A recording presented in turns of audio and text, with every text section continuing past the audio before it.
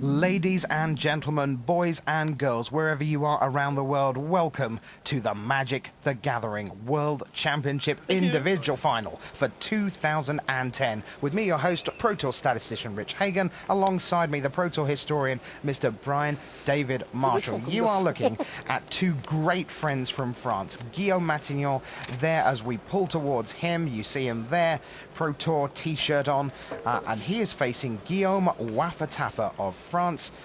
There he is, the man from Nantes. As I say, tremendous friends. They are getting ready for a terrifically fun final for the two of them. Who wouldn't have a great time when you're playing for $45,000 on the turn of a card and you're playing with your best friend in Magic? BDM, what's going on? Well, Wafatapa led off with Dark Slick Shores and a Inquisition of Kozilek, and saw a handful of 5 lands, a Jace the Mind Sculptor, and a Preordain. And he took the Preordain, the only card he was eligible for selection.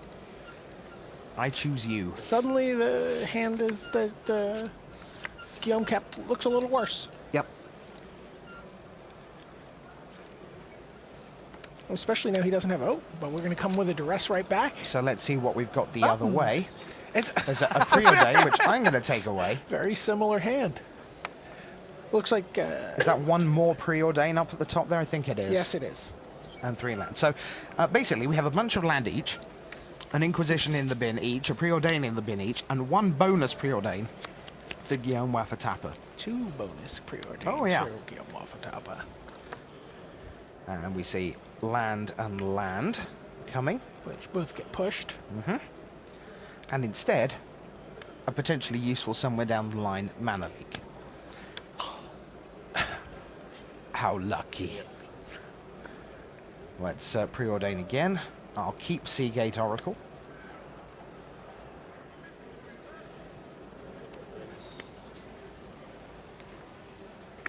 And we go back to Matignon.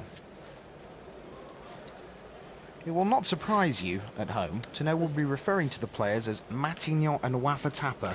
It's not that we want to be especially formal. We just feel that may be the most descriptive term we can use.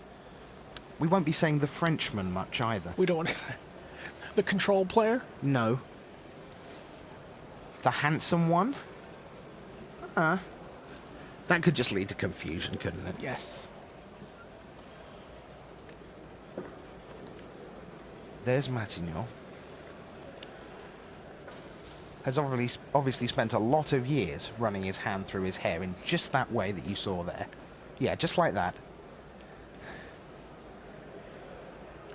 He's definitely a fretter. If Guillaume Wafatapa is always collected and cool and quiet, Matignon is the opposite. The king of calm and the fountain of fret. Yeah, he's just constantly fussing and fretting and I said to him on the first morning of Worlds, so you hear France going to win the teams, you're going to win World Championships? It's like, no, I don't think so. I'm so ill. I feel dreadful. I can't win. No chance. It's one away. One away. One away from not just winning the World Championships, from a historic happening in Pro Tour history. Yep. If he wins this match, Guillaume Matignon will pull into a dead tie with Brad Nelson for the Player of the Year lead for the 2010 season. A tie that will not be broken until Pro Tour Paris, when the two players would play a tiebreaker match, winner take all. That's Pro Tour Magic Weekend featuring just, oh, by the way, probably the largest Grand Prix in Magic history, just as a by-the-by. Yeah, just as about, yeah, because there's nothing else happening that weekend, right? Perhaps that's what they'll do. Perhaps they'll, they'll run it as a bit of entertainment for people with buys on the Saturday afternoon. That actually sounds perfect to me. Doesn't it just? You just set up 2,000 seats, let the fun begin. Oh, that would be box office. Guillaume Wafatapa, meanwhile, has other plans. And they involve another trophy shot. Spreading seas. Guillermo Fatapa was someone who came very close to... I mean, he could be playing for his Hall of Fame induction next year. Yes, indeed he could. And this has certainly made a difference. If he wins this match. I mean, there were people after Amsterdam who said, oh, if only the vote had happened after Amsterdam. Yeah, now you see, I don't buy that. I don't buy that, truthfully. You look at his record and you say, at that point, that is his third Pro Tour top 8. He had a phenomenal deck that he won Yokohama with in block, which was his deck. You get great kudos from me for that, when you can bring your own deck and say, this was mine, and I went all the way. That's fabulous, sure. But Amsterdam was only his third. This is his fourth. Meanwhile, while we're talking, Inquisition of Kozilek was countered with Manalik. Matignon elected not to pay, played a land, and was able to resolve Jace the Mind Sculptor.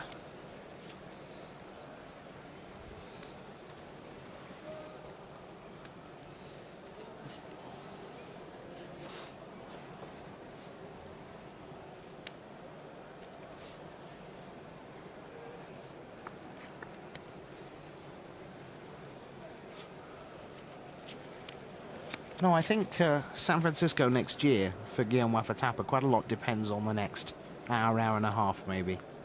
You think he'll win? I think people just inevitably. I mean, certainly two wins, I would say, is almost certain. Yeah, and I think people inevitably look towards the headline finishes, and we talked earlier in the day. Who's the runner-up? Right. You know? We could not recall Mark Zagner's name. We could not, which was very poor of us collectively. We are sorry, Mark.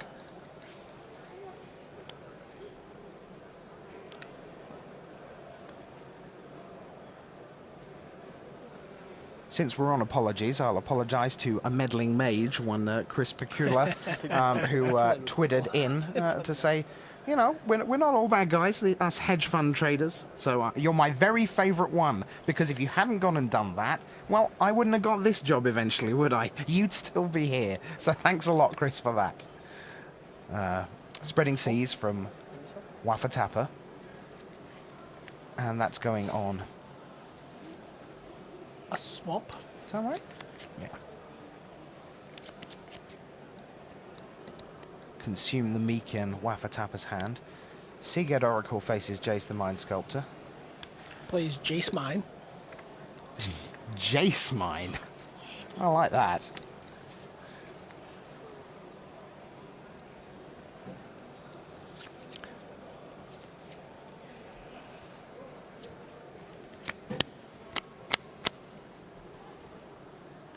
You notice Wafatapa with some Japanese cards there in hand. He's a great collector, loves his foils, and came with a full 75 cards in this deck, all foiled up, but made some upgrades, which I didn't quite understand until he said, well, I just turned my foil Jace the Mind Sculptor into a Japanese foil Jace the Mind Sculptor.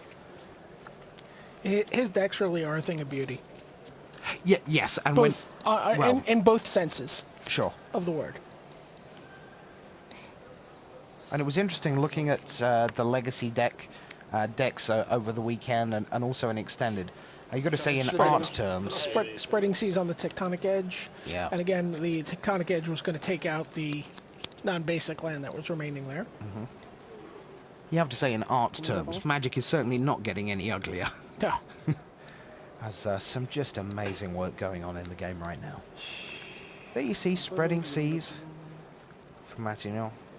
Wafatapa has consumed the Meek and land. We're going to continue to see Spreading Seas action left and right. As Waffatapa untaps with the one creature in play.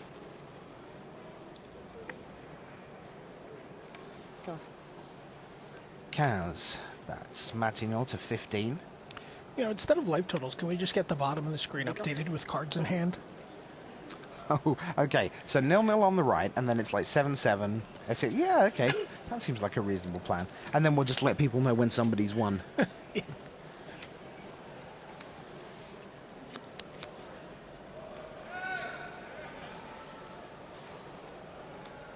Whether or not Matignon wins this match, a phenomenal achievement. This is his second Pro Tour final of the season. Yeah. 2 out of the last 3. Camille-like. Yes, indeed, Mr. Cornelsen from the Netherlands. And one of the interesting things about Matignon is that you usually find that a player who's going to do that comes from nowhere to do that. You know, it's like, I am the new kid on the block and I'm amazing at Magic, and, you know, but with Matignon, you look at his Pro Tour history, he's been around for years and years and years. And I mean this with the greatest respect, has not shown indications that he is suddenly going to be at the pinnacle of the world game. Not a lot of them. To be fair, he's had some success playing other games. Oh, absolutely. And is a champion a terrific in that gamer. regard. Absolutely. He certainly is. And as I say, the national championships... Grave Titan from Matignon. He's like, yep. Is that it? It is. Yeah, I'm just going to cast it. Is that all right? Yep. It's a ratchet bomb that came down from Guillaume. Probably stay on 0. But there's no doubt that Matignon has just improved his game stratospherically in the last 18 months. Certainly. I mean, and again, as I said, he's contributed to a Pro Tour win before. Yes. Pierre Canale's deck in Pro Tour Columbus. Both of these gentlemen here sitting at this table 5 years ago, the first time we heard their name was when Pierre Canale credited them with the design of his Affinity deck. Yeah. Which, interestingly, we've been talking about Affinity and we've been talking about Chris Pakula. Yes. It was an Affinity deck with Meddling Mage that won Pro Tour Columbus. Indeed. Indeed it was. So, Sir Mash says, Guillaume Matignon, I'd like to make 2 more of my 2-2 friends. Seagate Oracle, I've got a job for you. And Consume the Meek, I've got a job for you.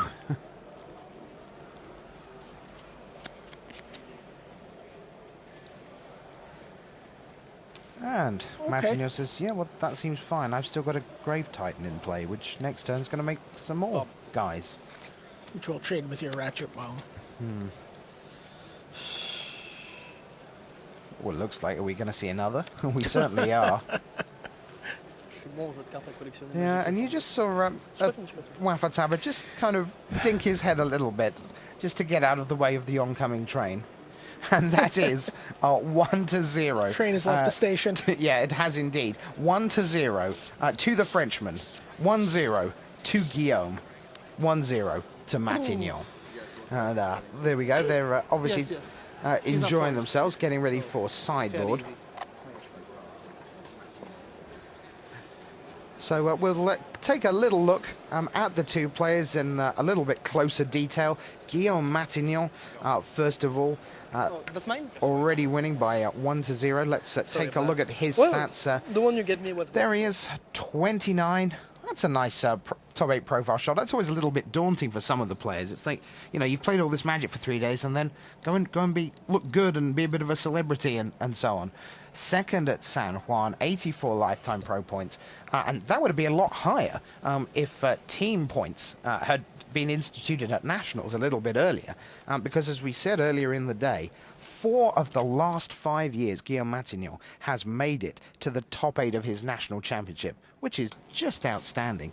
Yeah. Absolutely outstanding. And at the end of the day today, could very well be Hall of Fame eligible. I don't know when his first Pro Tour was, but he'll have 100 points. Yeah, I don't think it's yet a decade ago. I think it's like 7 or 8 years back, if memory serves, something like that. But he'll certainly be eligible to vote for Guillaume Waffatapa this year. That is certain. His record, by the way, 3-3 in Standard. Then, as we said, that huge run, 6-0 in Draft, 4-0, and then the 2 IDs in Extended, and then back to Standard today. Won his quarter, won his semi. Here he is, 1-0 up in the final. Well, let's take a look at the other Guillaume. This is Guillaume Wafatapa, again from France, 29, from Nantes, and this, his 4th Pro Tour top 8. The way that works out, of course, champion of Yokohama defeated Kazuya Mitamura, the chief, in the final of that one. He was 3rd in the Player of the Year race in 2007. Kuala Lumpur 2008. Everyone forgets that one about him, where he was 5th in the Limited Pro Tour, won by John Finkel.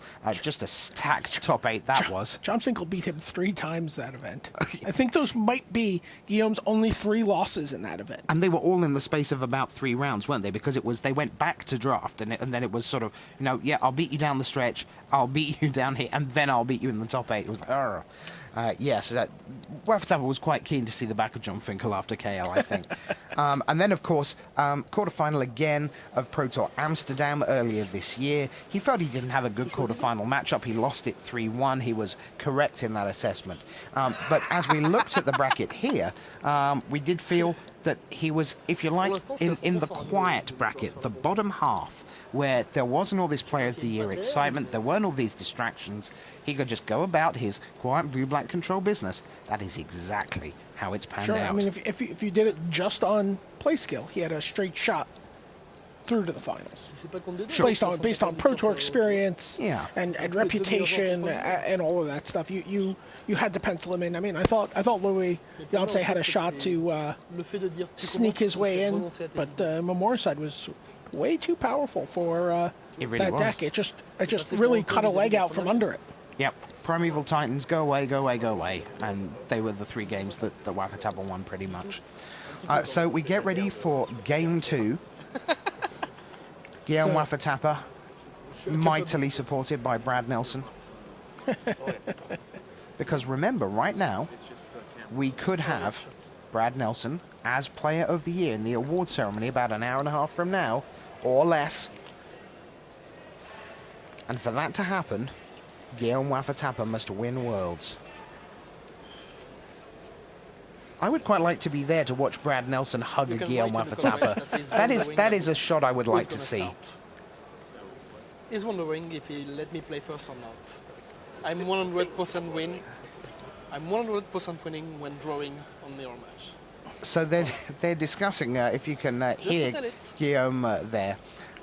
Wafatapa is trying to decide whether to go first or second, because in the mirror match, Guillaume Matignon says that he is a 100% winner when on the draw. So it sounds like he's trying to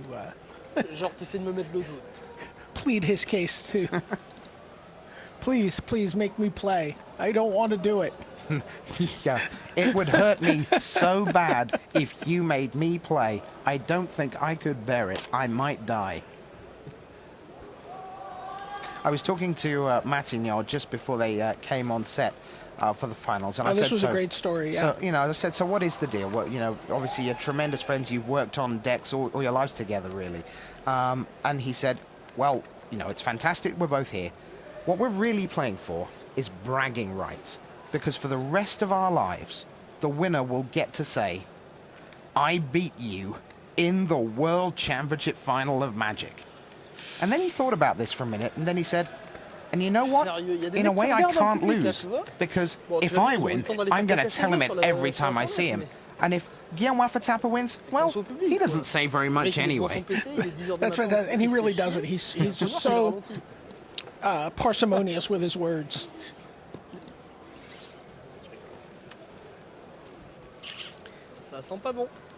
He's groaning at Guillaume's incessant shuffling.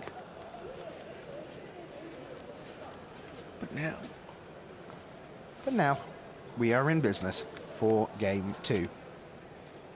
Mulligans notwithstanding.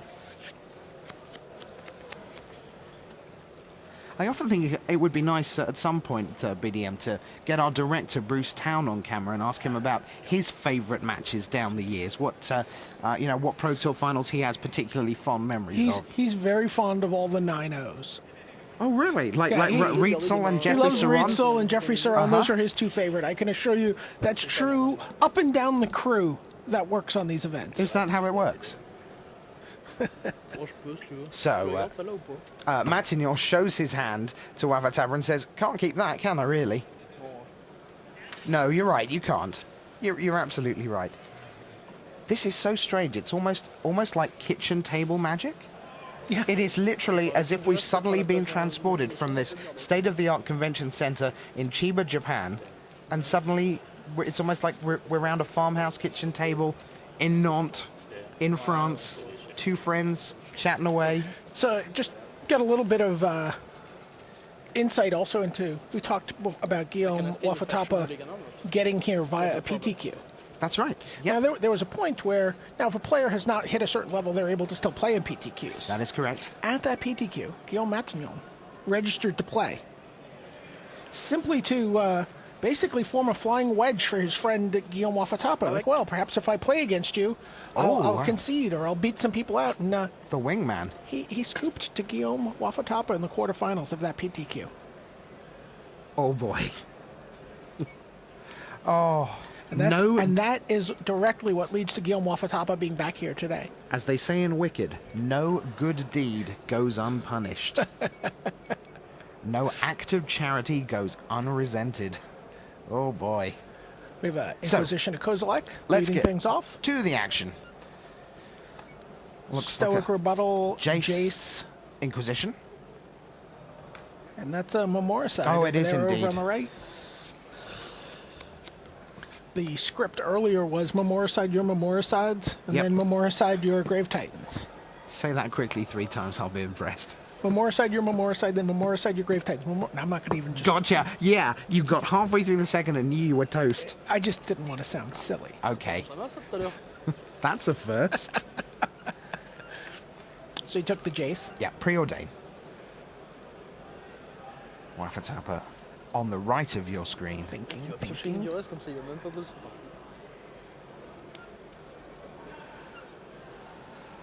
I hope you're getting some great views at home, whatever computer or screen you're watching this on. It's been absolutely tremendous work by the crew here in Japan, bringing us all the action. I want to take a moment while Guillaume decides how Début de la fin, to ça, c'est ça? finish up that preordain to say happy birthday C'est pas la fête, quoi. to head judge Ricardo Tessitore today. Aha, yes, absolutely. He's done a great job head judging this tournament and working on his birthday weekend. One of our finest level 5s. Yep, many thanks to Ricardo. We'll have to buy him a piece of birthday sushi for dinner. I was thinking steak. All right. To the action. There you see the hand flick through. Jace the Mind Sculptor. That's 20 apiece. Matignon goes for a little bit of hydration. Always a good plan under the lights. Preordain. Again from Wafatapa. See a little switch there? It's trying to hydrate myself here. Tectonic Edge comes into hand. 5 cartes, c'est ça? So it looks like Mana Leak Stoic Rebuttal for Wafatapa. Has the Tectonic Edge. Third land for Matignon. Pass.